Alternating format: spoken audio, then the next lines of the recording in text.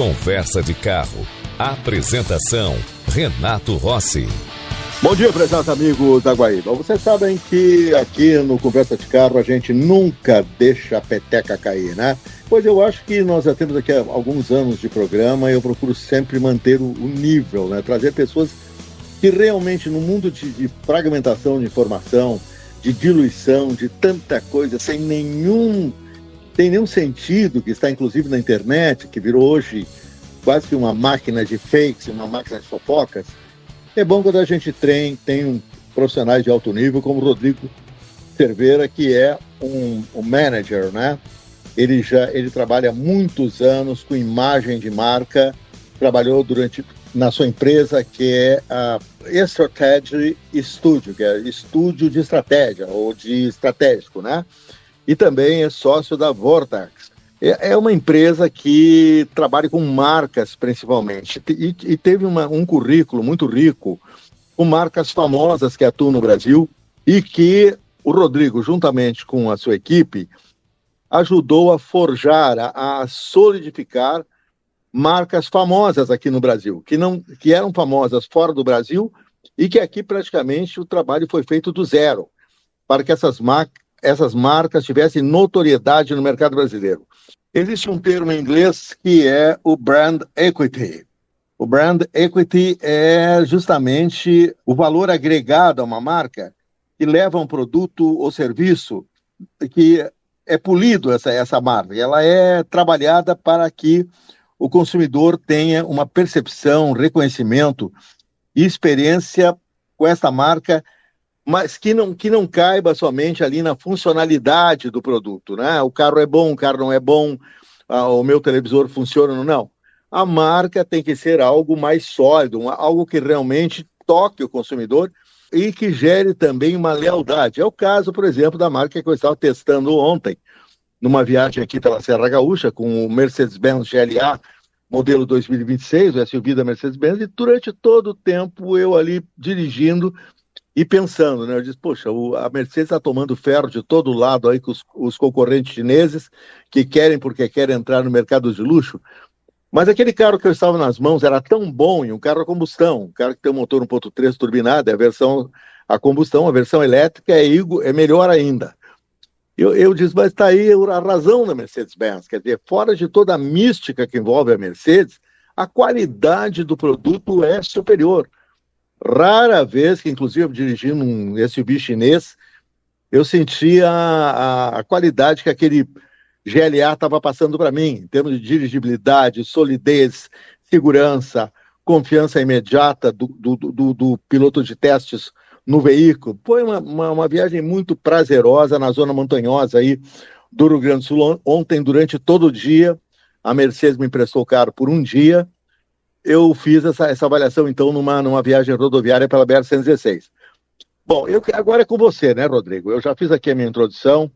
Eu queria que você falasse para os nossos ouvintes, que são centenas de milhares pelo Brasil e pelo mundo, principalmente pelo Brasil, pelo poder também do Grupo Record, né? Eu queria que você falasse um pouco sobre esse brand equity, né? Sobre esse sentimento que se tem de um produto. A gente vê os bilhões investidos, por exemplo, os chineses da BYD, para serem reconhecidos no mundo. E assim mesmo tem dificuldades. Tem outras marcas que têm maior reconhecimento do que os produtos da BYD, principalmente em mercados envolvidos, mercados primeiro-mundistas. Eu queria que você falasse um pouco sobre isso, que você que é o especialista, falasse um pouco dessa estratégia de produto, como esse valor da marca se estabelece para os consumidores.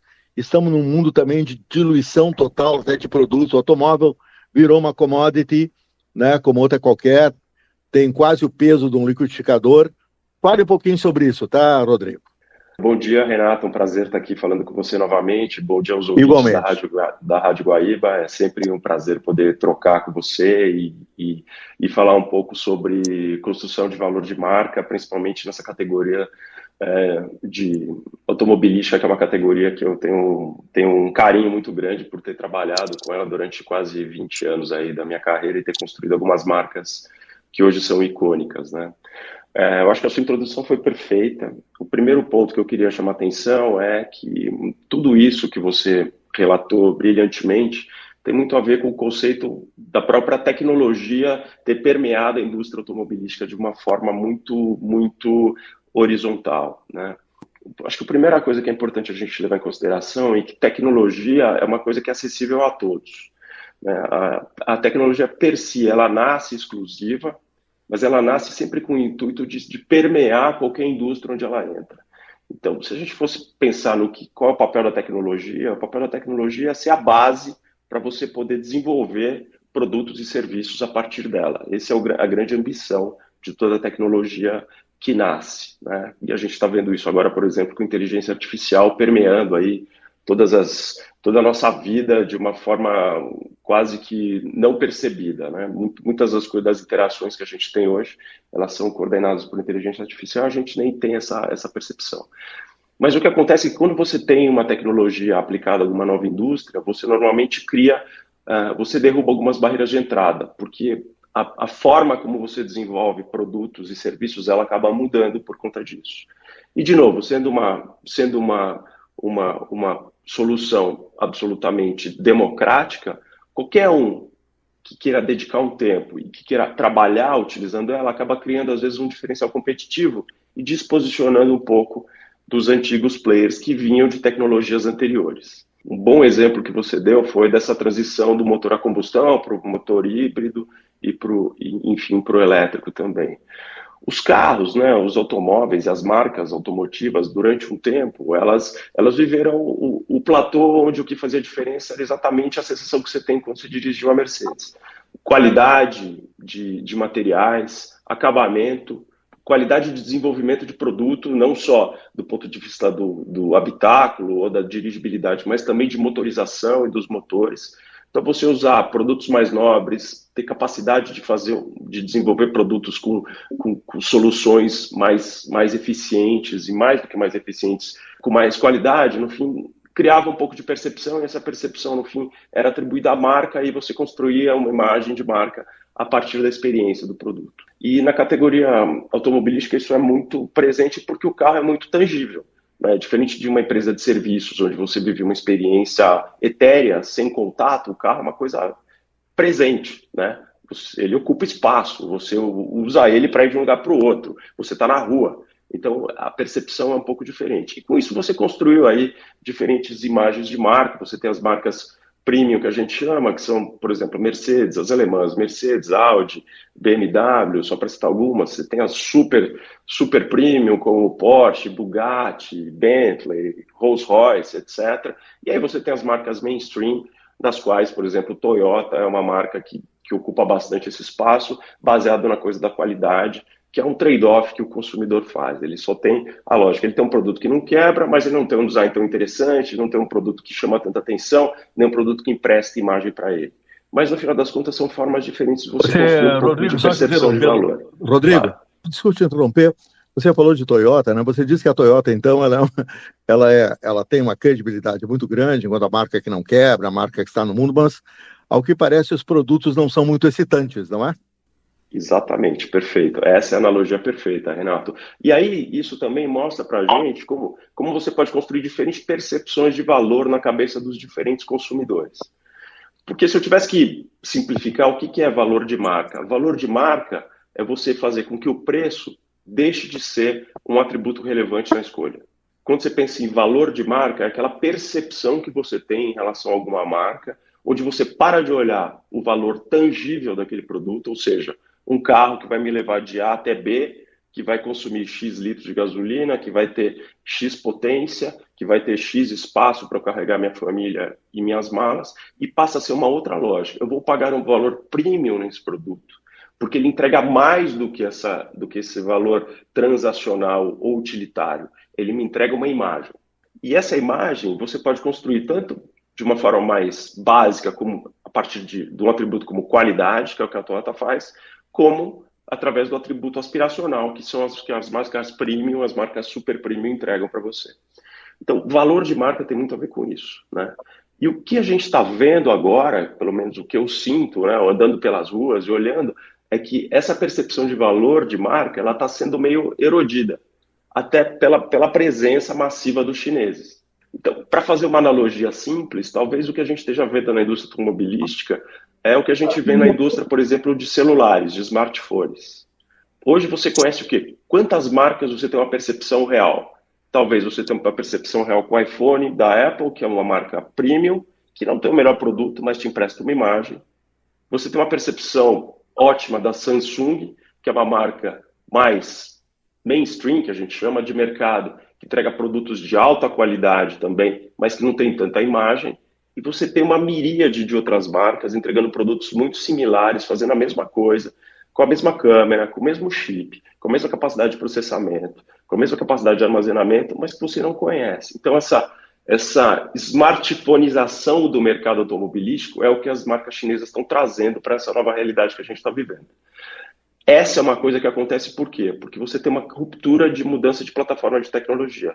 Antes, os carros a combustão eram um mundo analógico. Agora a gente está entrando no mundo digital dos carros, onde os carros trazem tecnologia de motor, tecnologia de habitáculo, tecnologia de experiência de dirigibilidade, experiência de conexão no carro completamente diferente. E isso está erodindo um pouco essa percepção de valor das marcas.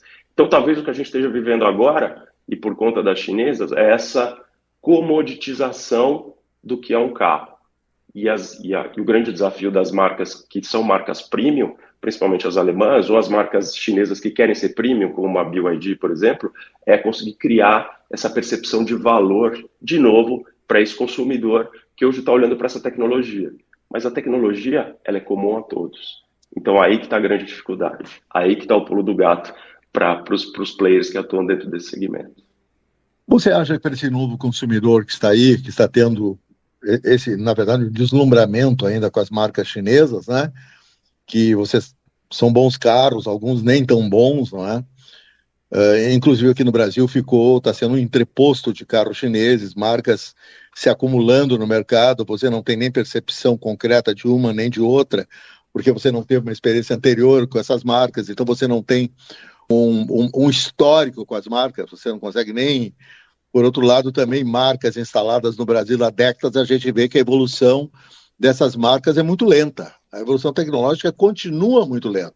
Você repara que uma Volkswagen coloca um Tera no mercado, melhorou um pouco o design no sentido de um pouco mais esportividade, aquela esportividade contida ainda da Volkswagen, não, nada pode ser muito marcante, até porque é um carro de segmento de entrada, mas aí você vai ver um carro da mesma faixa, vamos pegar aí um BYD Dolphin, vamos pegar um Ora da GWM, aquele carrinho pequeno, carrinho quase minúsculo, mas que tem tecnologias bem mais avançadas, né? Então, existe aí também um aspecto ainda de um certo atraso tecnológico da indústria automobilística instalada no Brasil, que eu acho que está dando vantagem aos chineses. Ou será que não é assim, Rodrigo? Eu acho que do ponto de vista de tecnologia, você está coberto de razão, você está correto, mas eu acho que uma Volkswagen, por ser uma marca aí que tem 100 anos de Brasil, qualquer pequeno movimento que ela faça, trazendo um pouco dessa contemporaneidade, desses novos atributos, ela acaba conquistando um pouquinho do mercado, porque ela tem a confiança do consumidor. Né? Eu acho que foi agora que aconteceu justamente o que eu disse, né? Eles têm um designer, José Carlos Pavone, meu amigo pessoal, de talentoso, uma pequena modificação estética que eles fizeram no Tera, fugindo daquela mesmice do design da Volkswagen, aquele excessivo conservadorismo, já impulsionou esse carro para frente, né? Pela confiança que tem o consumidor na marca, né, Rodrigo? Exatamente, esse é exatamente o ponto, Renato. E para as chinesas, a grande dificuldade é como é que eu consigo, de fato, criar alguma percepção de valor na cabeça desses consumidores para justificar essa troca de uma marca de confiança para uma marca nova, sem histórico, como você falou, mas que traz um atributo de tecnologia que essas outras marcas ainda não conseguem, não têm ainda embarcado. Então, eu acho... E acho que isso é uma questão não só de Brasil, mas global, que a gente vai ter uma diminuição de oferta de marcas chinesas no futuro e algumas vencedoras. Claramente, a que parece que vai ser a grande vencedora dessa história é a BYD, né? Agora, se você vai olhar o que a BYD está fazendo no Brasil e no mundo, ela está fazendo exatamente o que as grandes marcas globais fazem, investindo massivamente em comunicação, estando presente com essa marca na vida das pessoas de diferentes formatos, tentando entrar em nichos específicos que você tem marcas sofisticadas que já ocupam esse espaço. Então, ela tem uma tendência a conseguir ser a grande vencedora dessa corrida dentre as chinesas, para virar ali fazendo essa analogia com o mercado de smartphones, para virar, vamos dizer, uma Motorola nessa parada, vai? Claro, mas as marcas chinesas, você acha que elas já estão, mesmo com pouco tempo de Brasil, já estão excessivas? Quer dizer, é um acúmulo de modelos. Você não sabe diferenciar um MG. MG é aquela marca icônica inglesa que acabou na mão dos chineses. Mas tem o MG do GAC, que aliás tem um design muito ruinzinho, e outras tantas marcas, a ZK, marca de luxo, se não me engano, do Grupo Chery. Agora chega a Geely, associada à Renault. É um mundo difícil para que o consumidor se enfie nessa realidade aí, com uma centena de modelos à disposição, coisa que nunca teve no Brasil. E qual será a percepção, então, do consumidor? Ele vai ali e compra porque é chinês? Eu acho que o consumidor hoje ele conhece uma marca chinesa que ele está valorizando, que é a BYD. A BYD é uma marca que está tendo um crescimento muito grande, global, não é só no Brasil, até por conta do investimento todo, né? Então é uma marca que está crescendo bastante. Só para você ter uma ideia aqui, eu vou te trazer um dado do Brand Finance, que é um estudo de marcas global que acontece. A BYD hoje vale 8 bilhões de dólares em percepção de marca, né? Ela teve um crescimento muito grande. Mas é 8 bilhões só na percepção? Na percepção de marca, Uhum. Só para você ter uma ideia, a Mercedes vale 50 bi, tá? Então, ainda de percepção de marca. Então, assim, ainda tem um longo caminho a percorrer, mas é uma marca que está se posicionando como sendo uma referência chinesa, vamos dizer assim, né? Se existe uma marca referência para mim, é a BYD. Eu acho, como você mesmo colocou, que a gente vai ter uma peneira, assim, de todas essas ofertas que estão chegando, principalmente no Brasil. Eu não vejo o consumidor tendo uma percepção clara de diferenciação entre uma e outra. Eu acho que vai ser muito difícil dessas marcas, de fato, vencerem a barreira, mesmo das Big Four, que já estão presentes no mercado aí, são marcas centenárias, como você falou. A Volkswagen faz uma pequena mudança de produto, introduz um novo lançamento e consegue liderar o mercado. Então, eu acho que a gente vai ter uma peneira, e algumas dessas marcas vão, de fato, conseguir passar essa arrebentação, dessa diluição de percepção, e outras vão ficar para trás. Mas, de fato, o que a gente vai ver é, sim, uma tentativa de entrada avassaladora, e algumas vão conseguir sobreviver e outras vão embora. E acho que elas vão ter que conviver com as marcas que já têm uma imagem construída no Brasil, aí as Big Four, depois entrando nesse grupo Hyundai e Toyota, e também as marcas de luxo, que obviamente são sempre objetos de desejo para quem gosta de carro. Então, acho que esse vai ser o movimento que a gente vai ver.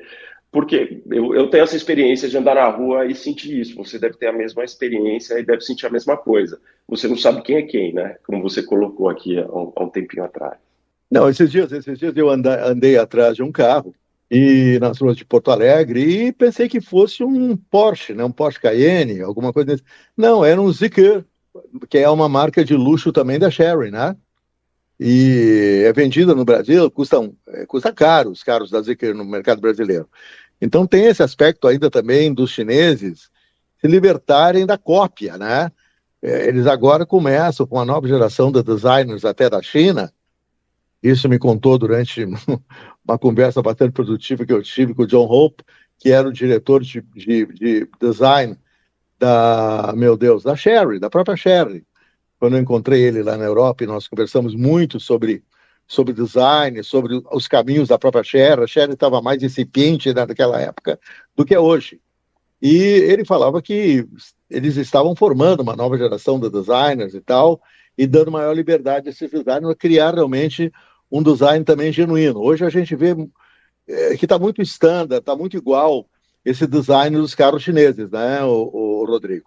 Você tem toda a razão, concordo em gênero, número e grau. E é um pouco do que, de novo, né, para fazer essa analogia, é um pouco do que você vê no mundo dos celulares, né? Você olha o smartphone, parece tudo igual, não tem diferença.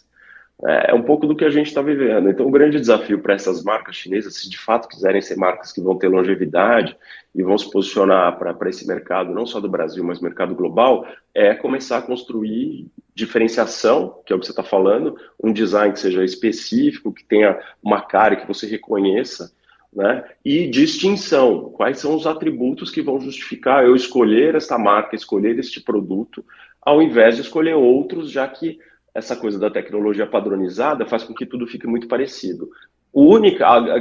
A última fronteira da diferenciação, no final das contas, é a imagem e percepção de marca. É isso que eles deveriam investir, não simplesmente em comunicar que o produto está aí e quais são os features que ele tem, porque isso todo mundo tem mais ou menos igual. Eu acho que essa que é o grande desafio dessas marcas hoje. Você, como um especialista em identidade de marca, né? Depois eu vou querer que você fale um pouquinho sobre o trabalho que vocês fizeram, um trabalho de muito tempo, de mais de 15 anos, com a imagem da Hyundai aqui no Brasil. Você acha que o consumidor, o que ele pensa nesse momento, porque ela baixa um monte de modelos no mercado brasileiro? Você vê também que as revendas da BYD estão lotadas, porque houve também um excesso de exportação, o governo chinês querendo fazer caixa, ao mesmo tempo ele meio retirou também muito dos incentivos às exportações, e tem muito carro da BYD também por aí, até com descontos muito generosos. Mas o que leva o consumidor especificamente a optar do ponto de vista estético, do ponto de vista tecnológico, sobre a BYD? Que ela está muito além das suas concorrentes. Você acha que eles já criaram uma percepção de diferenciação? Bom, eles usam um slogan que BYD é do Brasil, né? A BYD não é do Brasil, não tem um parafuso brasileiro ali, né? Ela é do mundo, mas ela tem também, não sei se você concorda comigo, se ela vai ter que ter algum sabor brasileiro também na sua produção futura. O que você acha?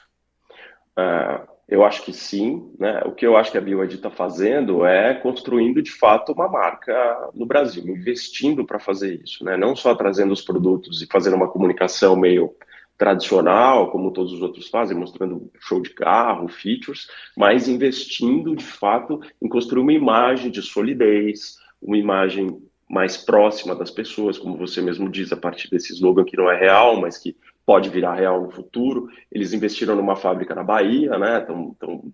Compraram a fábrica da FO para poder desenvolver os produtos aqui. Então a BYD está fazendo o que a gente chama do dever de casa, né? Estando presente em plataformas que as pessoas assistem e consomem, tipo, tá numa novela, apesar da novela estar cada vez mais falando com o público mais velho, não importa, cria uma familiaridade nas pessoas, tá participando de campeonatos, de esporte, tá presente em tudo. Então isso faz com que a marca comece a ficar mais presente e fique mais acessível a você. Você começa a ver carro na rua, então você fala, poxa, vou correr o risco de encarar um BYD para ver o que vai ser. E me parece que o produto é bom, né? Eu não tenho BYD, mas as pessoas que eu conheço que dirigem BYD estão, em princípio, satisfeitas. Mas é um processo de construção de marca e que precisa de muito investimento, que eles de fato estão fazendo. Então, a tendência é que a BYD se posicione como uma marca chinesa mais familiar e próxima dos brasileiros, com uma percepção de qualidade ali, de produto inovador por ser mais híbrido e elétrico, e vai ter que conviver com a realidade das outras marcas que estão presentes há mais tempo, também entrando na mesma seara que ela. Então, eu acho que esse movimento é um movimento de marcas tradicionais com produtos eletrificados, produtos híbridos, buscando esse consumidor que está disposto a fazer essa transição, e a BYD, ao mesmo tempo, tentando se posicionar como uma marca no mesmo nível para tentar trazer esse consumidor que está fazendo a migração para o território dela e não deixar com as outras marcas. É uma briga complexa. Muito complexa. E depois difícil, porque, por enquanto, eles têm mais grana, né? É evidente, né? Até pelo tamanho do mercado, pelo que o governo da China investiu nessa indústria automobilística, trilhões. Então, eles tiveram também uma facilidade maior da produção dos carros. Agora, realmente, como você falou, eu já andei em vários BYD, inclusive andei em autódromo durante 2 vezes com o Seal, que é uma patada, né? É um pavor. Fizeram um carro, um sedã esportivo, que podia estar na mão de piloto profissional, né? Mas também tem outro lado que esse Seal também não se destaca na multidão. Eles não têm ainda uma especificidade sobre determinados modelos. Destacar esse modelo por uma série de atributos que ele tem, que principalmente é o atributo performance. Ele fica meio perdido, porque do lado dele tem o Mini Dolphin, que parece o carro do Batman reduzido, né? Para o Batman baixinho, né? Um Batman anão teria o seu carro de acordo. É um carrinho que fica ali também, as pessoas compram também, não sabendo se esse carro é muito bom ou não é. É um carro razoável, fica no mesmo nível de um Kwid elétrico, não acho a diferença de qualidade do BYD Mini Dolphin para um Kwid elétrico, mas é um bom carro. Você não acha que vai ser difícil para uma montadora, por exemplo, estar lançando tantos modelos ao mesmo tempo, que é o caso da BYD, diferenciar esses modelos no mercado, Rodrigo? Eu acho que sim, você tem razão, mas claramente, pelo menos do meu ponto de vista, a estratégia da BYD é uma estratégia de virar uma marca que a gente chama uma marca mainstream, né? Uma marca de mercado, assim. Eles querem ser o Toyota do elétrico, por isso que você tem uma oferta de produtos muito diferenciada.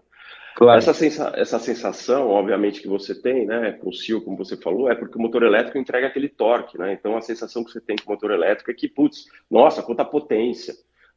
E de fato, você tem um torque muito grande, né? Por conta do motor elétrico, não tem aquela transição. Então, essa sensação que você tem. Mas, Rodrigo, aí o Porsche 911, o Carrera anda a 370 e o Seal chega a 130, né? É isso, porque é só a percepção do torque do começo. É porque eles não conseguiram ainda extrair velocidade do motor elétrico, porque o consumo da potência é muito rápido, né? É isso aí. Da carga da bateria, né? É exatamente isso. Mas a percepção que você tem é que tem potência, né? Porque o torque é a sensação que você tem ali colado na hora que você acelera.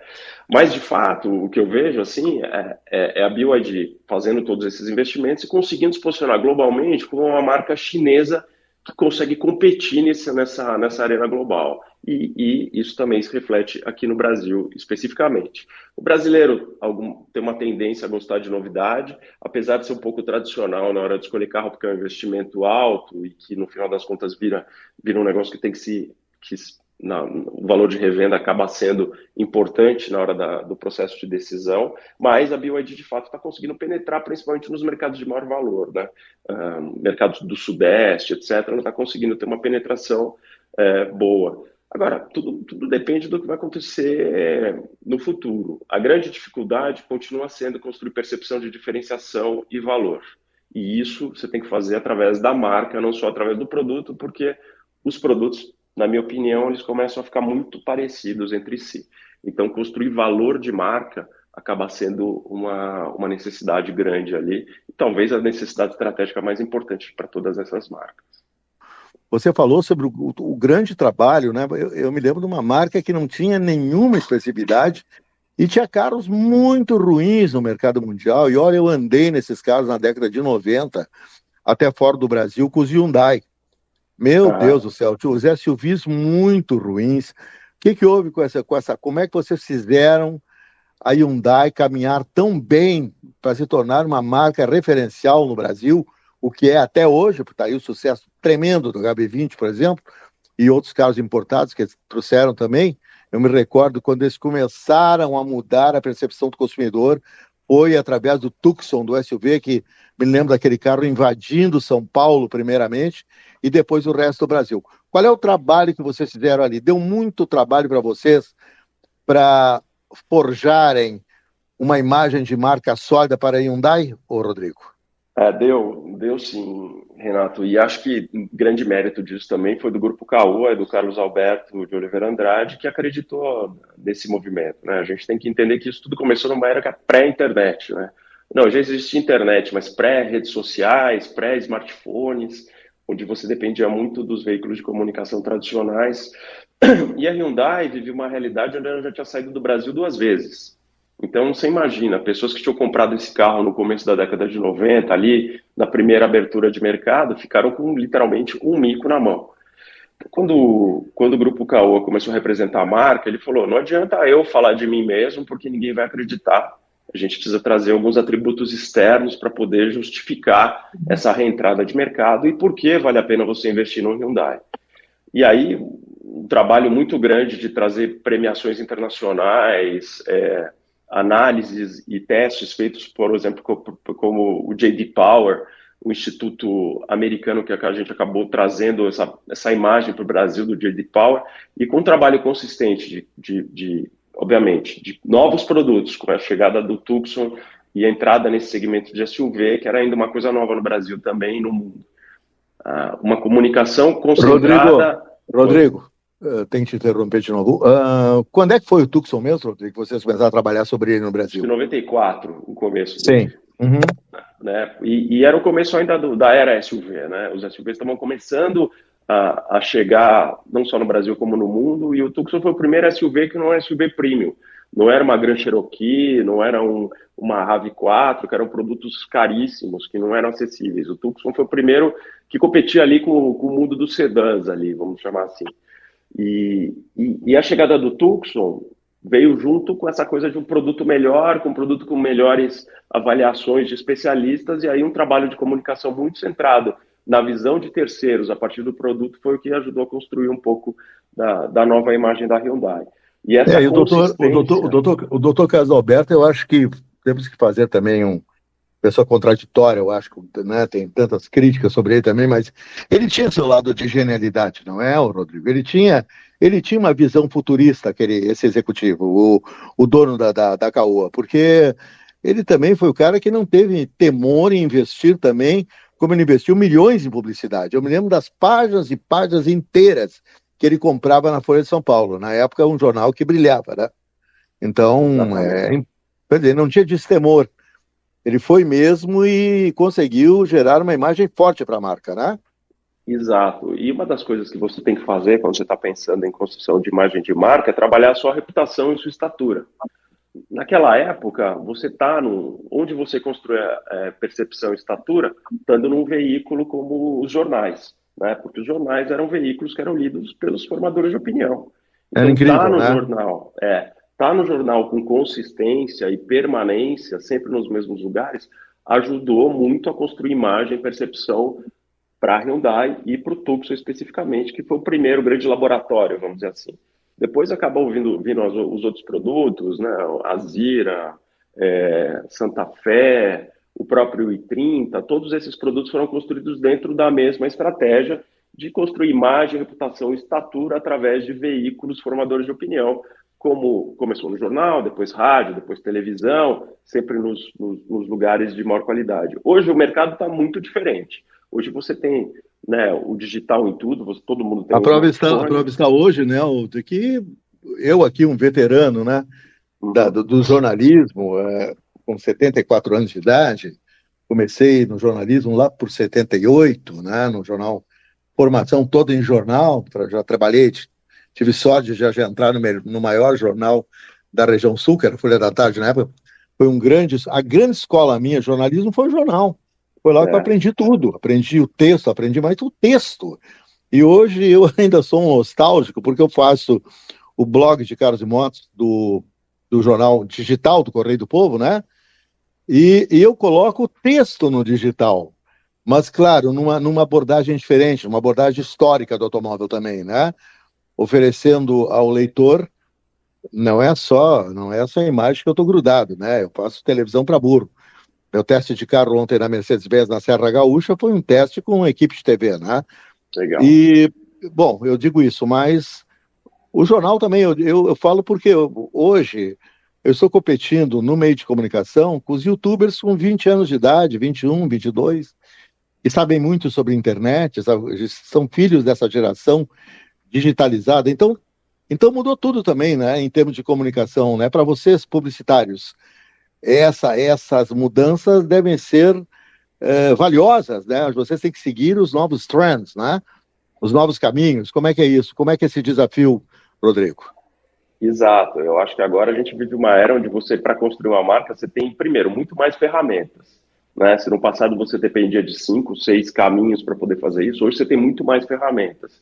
Mas uma coisa eu acho que não muda, sabe? A qualidade do que você desenvolve, a capacidade que você tem de entender um pouco como é que um produto ou um serviço se relaciona com as necessidades das pessoas, isso vai ficar para sempre.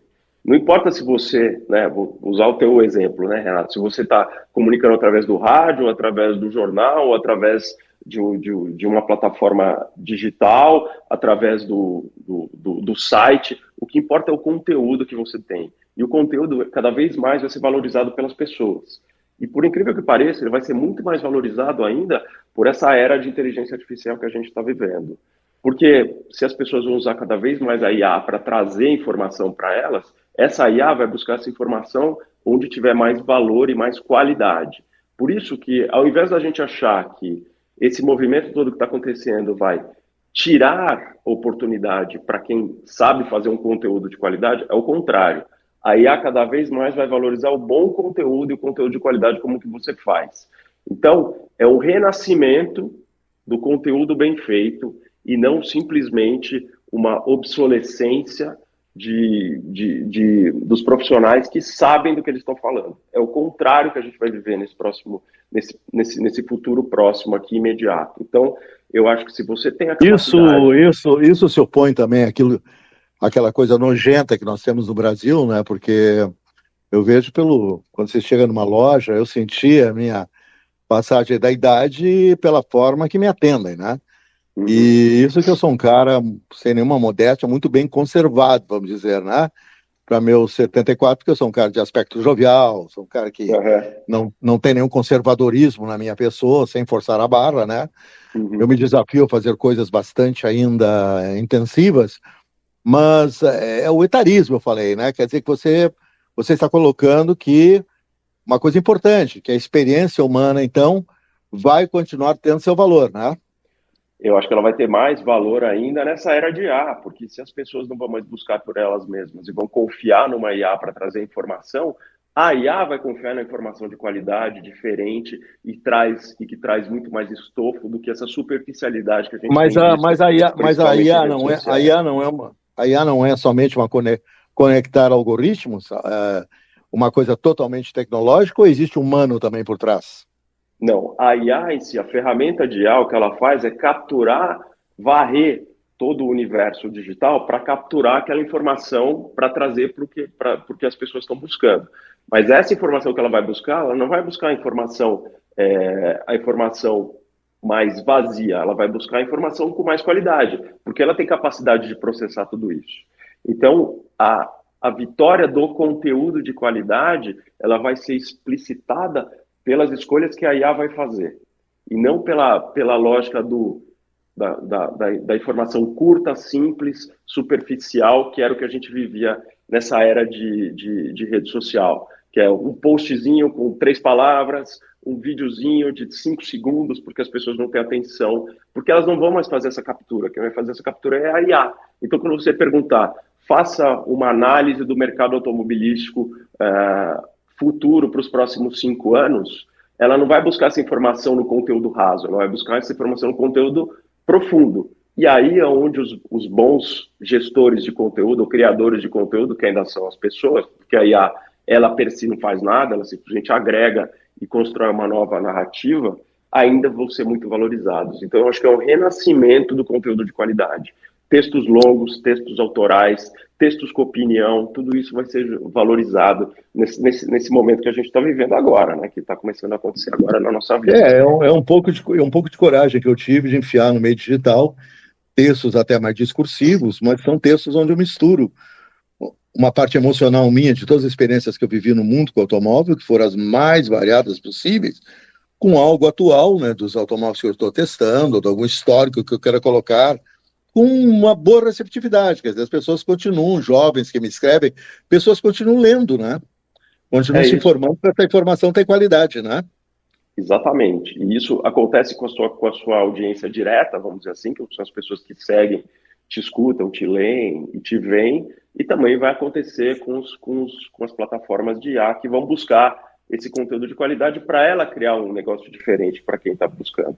Quando você vê assim uma publicidade antiga de vocês que deu certo, mas na época da Hyundai, por exemplo, comparando com as ferramentas que você tem hoje à disposição, aquilo parece troglodita, parece muito arcaico, ou também tem algumas coisas ali que podem ser até aproveitadas hoje?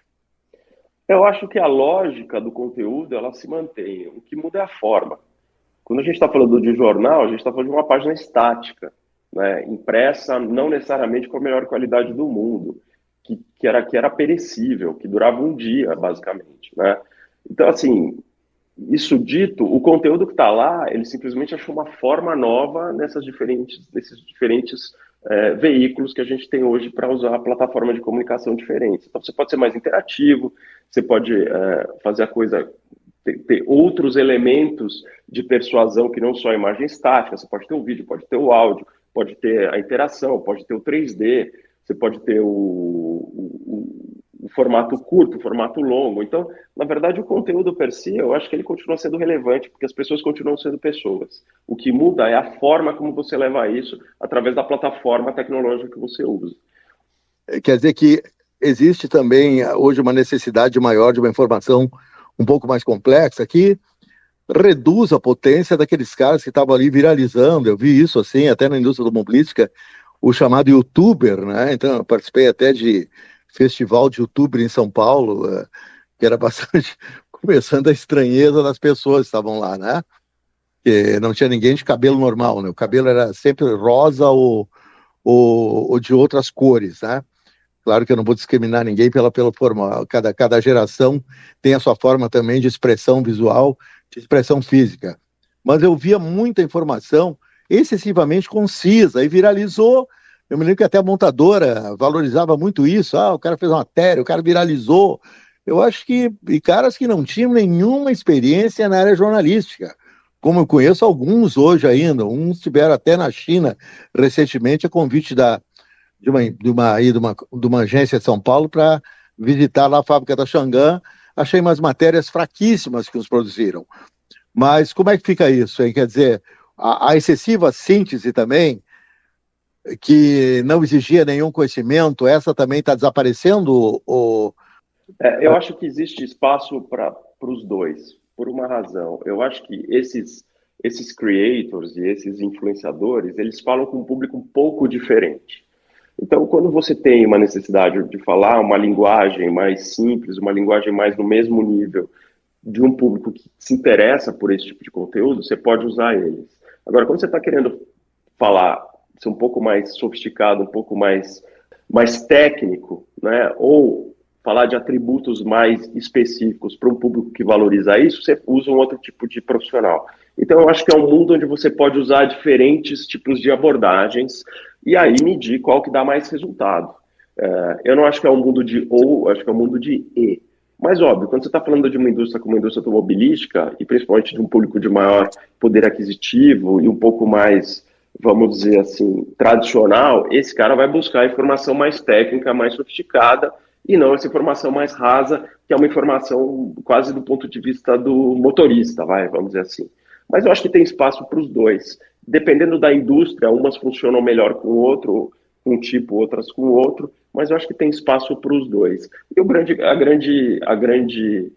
desafio das marcas é fazer uma análise criteriosa e desapaixonada para ver onde que ela tem que investir mais ou menos. Eu acho que é um pouco esse que é o que a gente deveria fazer. Você salientou tanto a BYD sobre a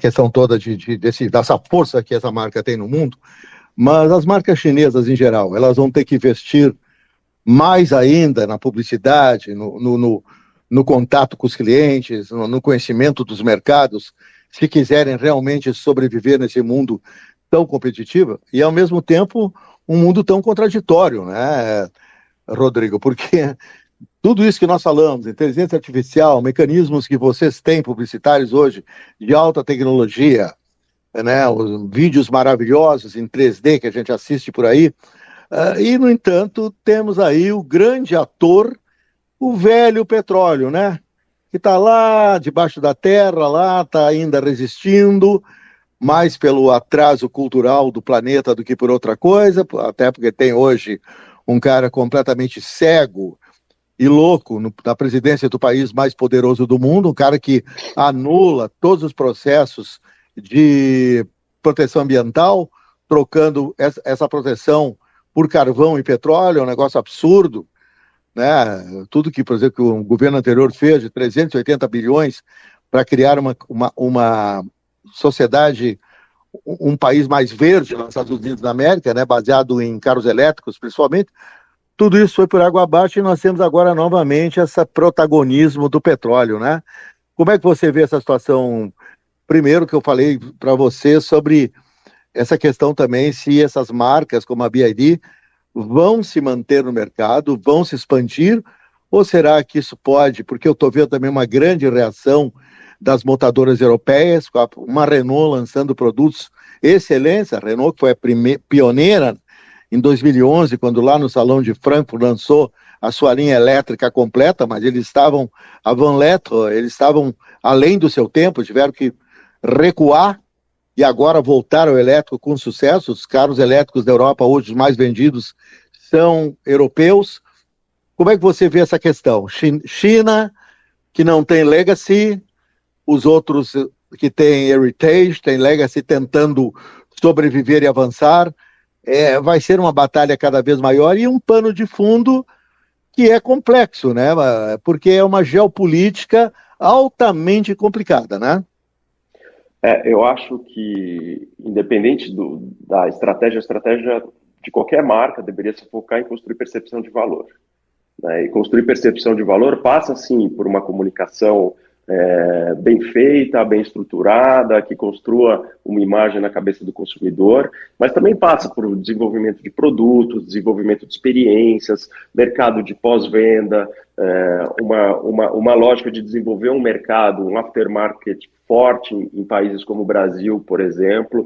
Então, acho que todas essas marcas têm um grande desafio, né, para construir essa percepção de valor, para de fato você conseguir ser um oponente capaz de lutar contra as marcas, como você falou, de heritage, marcas de legado, que para elas é uma movimentação de desenvolver um produto com aquela tecnologia e não de construir uma imagem de marca que passa também pela dinâmica do produto e da tecnologia. Como eu disse, tecnologia é uma coisa democrática, está aí para todo mundo, então funciona tanto para uma marca nova como para uma marca de legado. A diferença é como você faz uso disso. E, obviamente, as marcas de legado que resolverem investir para construir essa imagem, elas têm um pouquinho mais de vantagem do que uma marca que sai do zero. Mas nada é impossível, já que hoje o capital, teoricamente, é acessível a todo mundo. Dito isso, em relação à própria dinâmica do petróleo, eu acho que você tem razão quando você diz que teve uma mudança de política importante no maior país do mundo, que foi a entrada de um presidente que está querendo investir em perfuração e abrir mão do desenvolvimento aí dessa coisa da economia mais verde. E a gente não pode esquecer que o petróleo, além de ser, obviamente, combustível para combustível, ele também é uma parte integrante de várias manufaturas que a gente usa hoje ostensivamente. Plástico, um monte de coisa a partir de derivados de petróleo. Então, o petróleo, não só como combustível, ele tem, obviamente, né, um protagonismo importante, mas ele também faz parte de outras cadeias de produção muito relevantes para a vida da gente que a gente nem leva em consideração. Então, eu acho que o petróleo ainda vai ficar por um tempo aí presente. Eu acho que o que a gente está vendo com a guerra é que ainda existe uma dependência muito grande global disso, né? Você vê os países se cotizando para abrir mão das suas reservas, para poder diminuir um pouco do impacto que a guerra está tendo e da diminuição das transações de petróleo por conta do Estreito de Hormuz, etc. E a gente, para o mercado de energia limpa e para o mercado de eletrificação de carros, eu acho que a grande dificuldade ainda é a infraestrutura, né? Que pese o fato de que a gente viu uma notícia da BYD que eles estão desenvolvendo uma bateria que carrega em 5 minutos, o que acho que quebra várias barreiras de entrada para um público cético. A gente ainda tem o problema de ter esses canais de recarga estabelecidos e espalhados pelos países e pelas cidades. É difícil, né? É difícil, né, Rodrigo? Você mudar essa percepção, porque é chato, né? Os testes de elétrico que eu já fiz, eu vi que a encheção de saco foi, por exemplo, ter ido para uma rodovia, não ter calculado bem a minha autonomia. Eu estava até num Kwid elétrico, graças a Deus o Kwid tem ali o botão da direção econômica que me trouxe para Porto Alegre a 40 por hora, mas consegui chegar. Angústia elétrica, né? é verdadeira. Então, Exato. na sua percepção também como publicitário, como homem de mercado, o carro elétrico foi lançado sem eles terem pensado nisso? Eles achavam que o sucesso ia ser instantâneo, os fabricantes, e que não precisaria, então, de uma infraestrutura decente, convincente, que acompanhasse o carro elétrico? Eu acho que está andando em paralelo, né? Assim, acho que depende de mercado a mercado. Acho que tem mercados onde você tem isso mais desenvolvido. Por exemplo, na China, 60% das vendas de carro hoje, se não me engano, são de carros elétricos. Então, eles já fizeram um desenvolvimento da indústria junto com o desenvolvimento da infraestrutura. Em países como o Brasil, você vê uma clara defasagem da infraestrutura versus oferta de produtos, né? Então, acho que é muito mercado a mercado. Na Europa, que, né, você tem distâncias menores, etc., isso é um pouco menos presente. Lá tem uma conscientização ambiental maior, então as pessoas estão investindo mais nessa lógica da eletrificação. Mas eu acho que nem os países líderes na Europa são países aqui. A Noruega é tamanho do Rio Grande do Sul, né? Exato. Então, são países pequenos, né? A distância... eu fiz uma viagem lá na Suíça, atravessei a Suíça, era 400 quilômetros, né? Exato. Então, por favor, as nossas distâncias são continentais, né? Aqui, claro que a dificuldade é maior, né? Exato. Então, acho que assim, muito dessa lógica da infraestrutura instalada versus a nova plataforma de tecnologia, elas têm que andar meio junto. Então, acho que a gente está vivendo um momento de transição. Acho que os híbridos têm uma sobrevida grande nesse processo, até você ter uma eletrificação total. E a eletrificação, obviamente, a gente está falando de motorização, mas uma coisa que já é presente nos carros é esse embarque de tecnologia e de conectividade nos produtos. Isso, independente da motorização, já é uma realidade, né? E eu acho que essa talvez seja o primeiro movimento, o segundo movimento, bem com os híbridos, o terceiro movimento seja uma eletrificação total, mas que eu acho que ainda vai demorar um tempo para acontecer por conta dessas assimetrias aí, mercado a mercado. Pois é, mas aí tem um detalhe, né? O carro elétrico, ao natural, estava desacelerando em 2025 no mundo. E aí os chineses, de uma forma muito oportunista, gostam de dinheiro para burro, né? Eles mudaram a matriz. Aí começou a vir para o Brasil só os híbridos, que é uma coisa manjadíssima. Primeiro híbrido andei foi em 98, por aí, mais ou menos, andando no Prius da Toyota. E agora os caras começaram a exportar, chegou agora uma grande quantidade de picapes da Changan com diesel, como também são as picapes da BYD, a Shark é diesel, a Power da GWM também é diesel ou gasolina. Não parece também um atraso isso, que também contribui essa sanha dos chineses por capital, por querer ganhar dinheiro o máximo possível com seus carros, porque eles foram contraditórios, eles chegaram no Brasil como montadoras verdes, apostando somente no elétrico e começam a trazer carros a diesel, a petróleo. É interessante isso, né? Eu acho que é uma adaptação ao mercado, né? O mercado de picapes no Brasil é um mercado grande, é um mercado de alto valor agregado, é um mercado que estava na mão aí de basicamente três marcas. Com produtos que não passam de razoáveis, né? Exato. Vamos dizer assim, tem picape muito ruinzinha, foi lançada no Brasil aí.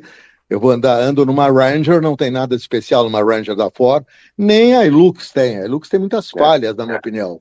Então, a chinesada certamente trabalham sobre pesquisas muito alentadas. Como você disse, uma picape dá uma lucratividade enorme para a montadora, né? É isso. Bom, amigos, nós tivemos um verdadeiro tour de force eu agora me torno francesinho no final do programa, né? já é uma sofisticação. Tivemos realmente uma maratona com o Rodrigo, profissional Cervera, né, que é um profissional da mais alta qualificação, que deu um show de eletrificação, um show de indústria automobilística, de conhecimento, ajudando vocês também a entenderem como funciona uma marca, qual é a importância de ter uma imagem no mercado. Nós nem entramos, eu e o Rodrigo, na diferença do Heritage para essas que recém chegaram, mas ele falou sobre o Legacy, que é o legado de uma marca que é muito importante também, embora hoje grande parte dos consumidores, principalmente países emergentes, para mim estão se lixando para essa questão de Legacy, é a minha opinião, né? Mas você falou que não, que a Volkswagen, por exemplo, quem compra o Volkswagen tem o Legacy também na marca, tem a herança da marca de bons serviços prestados no Brasil. Rodrigo, eu te agradeço muito a tua paciência, tá? o teu conhecimento, enfim, tua visão ampla de mercado. Eu acho que foi muito produtivo para os ouvintes dessa poderosa Guaíba, dessa poderosa Rede Record, e para mim como jornalista também, que eu sempre aprendo com você. Então eu só desejo para você aí um feliz final de semana e uma vida feliz, né, Rodrigo? Muito obrigado, Renato. Muito obrigado, primeiro, pelo seu convite. É um prazer sempre poder conversar com você e com os ouvintes da Rádio Guaíba. Eu acho que essa troca ela é positiva, porque você, como sendo uma referência nesse mercado, ajuda os ouvintes e me ajuda também a ter um ponto de vista muito por dentro do que está acontecendo, e é um prazer poder contribuir com vocês e conversar. Estou sempre à disposição. Um grande abraço para você e a todos os ouvintes. Amigos, nós estamos encerrando Conversa de Carro e até o próximo sábado, 10 horas da manhã, Conversa de Carro. Até lá. Você ouviu Conversa de Carro.